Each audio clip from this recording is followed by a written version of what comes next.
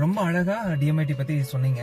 ஆனா parents point of வியூல எனக்கு ஒரு கேள்வி இப்ப வருதுங்க சார். அது என்ன அப்படின்னா, அவங்களுடைய குழந்தைய படிக்க வைக்கிறதுக்கு ரொம்ப சிரமப்படுறாங்க. அந்த குழந்தையும் படிக்கிற விஷயத்துல சிரமப்படுறாங்க. இவங்க 2 பேரும் மாத்தி மாத்தி சிரமப்பட்டுக்கிறாங்க. இதை பார்க்கும்போது எனக்கே கொஞ்சம் ஒரு மாதிரி இருக்குங்க சார். நிறைய பேரண்ட்ஸ் நான் பாக்குறேன். ஸோ இந்த வகையில டிஎம்ஐடி டெஸ்ட் இந்த மாதிரியான பேரண்ட் சைல்டுக்கு எந்த வகையில அவங்களுக்கு யூஸ்ஃபுல்லா இருக்கும், இதை பத்தி கொஞ்சம் தெளிவா சொன்னீங்கன்னா நல்லா இருக்கும் சார். ஷியோர். $1,000,000 கொஸ்டின் கேட்டிருக்கீங்க. இங்க பாருங்களேன், எல்லா குழந்தைகளும் புத்திசாலிகள் தான். யாரையும் சளைச்சி எடை போட்டுற முடியாது. ஆனா ஒவ்வொருத்தரும் ஒவ்வொரு விதம் அப்படிங்கறத நம்ம சரியா புரிஞ்சுக்கணும். காமனா ஸ்கூல்ஸ்ல பாத்தீங்க அப்படின்னா டீச்சர்ஸ் சொல்லி கொடுக்கறதுக்கு 2 மோட் யூஸ் பண்றாங்க. ஒன்னு அவங்களுடைய வாய்ஸ், ஆடிட்டரி மோடு.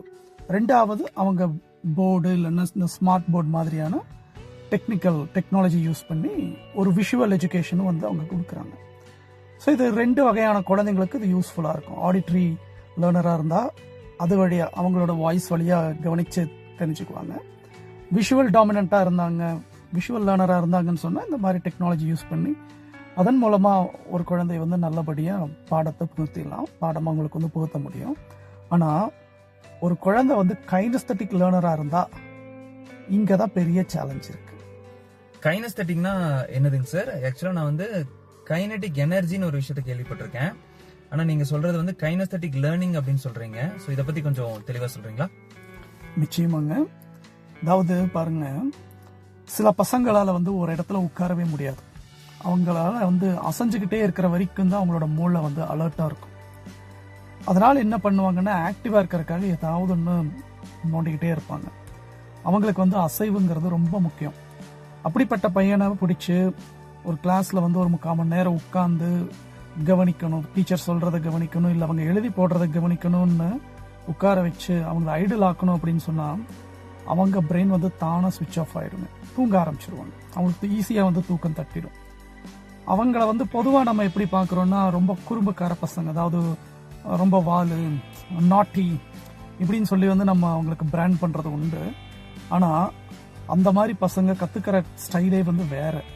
இவங்க ரொம்ப பிராக்டிக்கலா, இவங்க எதையுமே அவங்க கைப்பட செஞ்சு பார்த்தா அவங்களுக்கு ஒரு மனசுல ரொம்ப ஏறும். சிம்பிளா அவங்களுக்கு புரியற மாதிரி சொல்லி கொடுக்கணும்னு நினைச்சீங்கன்னா அவங்களுக்கு லேர்ன் பை டூயிங் அப்படிங்கிற மோட்ல சொல்லி கொடுத்தா தான் முடியும்.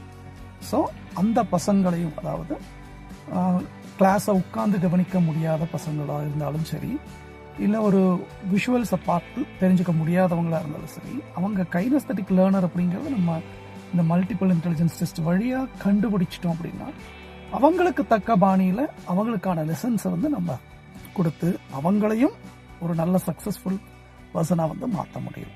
அப்படின்னா நீங்க சொல்றதை பார்த்தா இந்த டிஎம்ஐடி மூலியமா ஒருத்தருடைய லேர்னிங் பேட்டர்னையே கண்டுபிடிக்க முடியும் அப்படின்னு சொல்றீங்க, தெரிஞ்சுக்க முடியும்னு சொல்றீங்க. ஸோ இந்த ஒரு விஷயம் தெரிய வரும்போது யாரா இருந்தாலுமே இந்த விஷயத்தை தெரிஞ்சுக்கிட்டு இதை ஃபாலோ பண்ணி அவங்க ஒரு சக்சஸ்ஃபுல் மேனா மாற முடியும் அப்படின்னு எனக்கு தோணுது. என்னுடைய இந்த புரிதல் கரெக்டுங்களா? சூப்பர் சார், நல்லா புரிஞ்சிருக்கீங்க. ஆக்சுவலா யாரை வேணாலும் சக்சஸ்ஃபுல் ஆக்க முடியும் அப்படிங்கிறது உண்மைதான். ஆனா நம்ம எல்லாத்தையுமே ஒரே மாதிரி சக்சஸ்ஃபுல் ஆக்கணும்னு நினைக்கிறோம், அங்கதான் தவறு. உதாரணத்துக்கு ஒருத்தருக்கு மேத்தமேட்டிக்ஸ், சயின்ஸ் இதுல நல்ல ஒரு ஆர்வம் இருக்கும், அவங்களுடைய லாஜிக்கல் பிரெயின் நல்லா வேலை செய்யும். ஒரு சில பேருக்கு பாத்தீங்கன்னா ஆர்ட் ஒர்க், அவங்களுடைய கிரியேட்டிவ் பிரெயின் நல்ல ஃபங்க்ஷனலா இருக்கும். உதாரணத்துக்கு சொல்லணும்னா, ஒரு அணில் இருக்குன்னு வச்சுக்கோங்களேன். இந்த அணில் பாத்தீங்கன்னா மரத்துக்கு மரம் நல்லா தாவி ஓடி அதுக்கு பிடிச்ச வாழ்க்கை அது வாழ்ந்துட்டு இருக்குது. அதே ஒரு மீன் எடுத்துக்குங்க, அது தரைக்கு மேல வர முடியாது இல்லையா? அது தண்ணிக்குள்ளதான் அதனுடைய வாழ்க்கை இருக்கு, அதனுடைய வளர்ச்சி, அதனுடைய அறிவு நிலையெல்லாம் அது சார்ந்து இருக்கும்.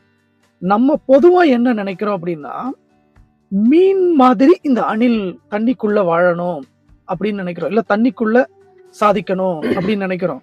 ஆனா இந்த அணில் மாதிரி இந்த மீன் மரம் ஏறி சாதிக்கணும் அப்படின்னு நினைக்கிறோம். அதுதான் தவறு. ஒரு குழந்தையினுடைய மனோபாவம் என்ன, மனோநிலை என்ன, அது மீனுடைய குணமா, உதாரணத்துக்கு அது மீனோட குணமா அல்லது ஒரு அணில் வகையா அப்படிங்கறத நம்மளால புரிஞ்சுக்க, மீனா அணிலா அப்படிங்கறத புரிஞ்சுக்க முடியும். அப்ப அந்த குழந்தைக்கு ஏற்ற வகையில அவங்களை வழிநடத்தும் போது அவங்களுடைய இடத்துல நிச்சயமா சாதிப்பாங்க.